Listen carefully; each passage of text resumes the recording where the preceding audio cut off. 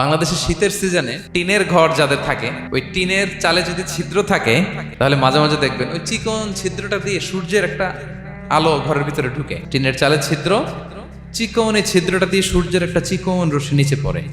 তো ওইটার কাছে গেলে দেখা যায় ওই আলোটার মধ্যে পাতলা কি কি যেন ধুলাবালি উঠতেছে। এটা আবার অন্য জায়গায় দেখা যায়, এমনি দেখা যায় না, কিন্তু ওইটার কাছে গেলে দেখা যায় এই আলোটা যেই বরাবর আসছে এইখানে কিছু ক্ষুদ্র ছোট ধূলিকণা, ডাস্ট ঘুরে বেড়ায়। আল্লাহ বলে এইটার নাম হচ্ছে যাররা। ফামান ইয়ামাল মিসকালা যাররাতিন খাইরান ইয়ারা। এই ডাস্ট উড়ে বেড়ানো ছোট্ট ধূলিকণা যেটা খালি চোখে দেখা যায় না, এতটুকু ভালো যদি করো সেটাও সেই মিজানের পাল্লায় ওজন দেয়া যায়। এতটুকু খারাপও যদি করো সেটাও সেই মিজানের পাল্লায় ওজন দেয়া যায়। আল্লাহু আকবার। তিনি তার বান্দার উপর জুলুম করেন। জুলুম তিনি নিজের উপর হারাম করেছেন, আমাদের জন্য কি করেছেন? হারাম করেছেন।